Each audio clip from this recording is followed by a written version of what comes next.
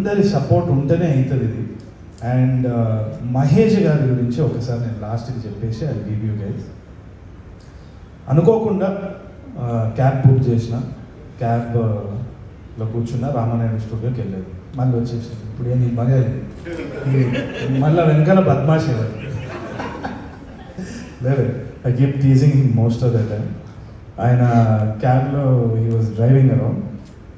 అప్పుడు ఈయన సినిమా గురించే మాట్లాడుతున్నాడు.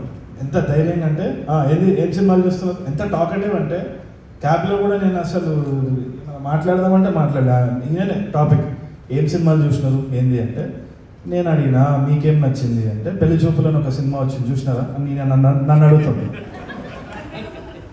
ఏమున్నది ఆ సినిమాలో, మేకప్ లేదు, సాంగ్ లేదు, ఫైట్ లేదు, ఎందుకు చూస్తారు అంటే ఇట్లా నడుపుకుంటూ వెనకాల తిరిగి నీ ఏజెంట్ నువ్వు ఇట్లాంటి సినిమాలు చూడకుండా ఏం మాట్లాడుతున్నాను అని నన్ను చెప్తున్నాను.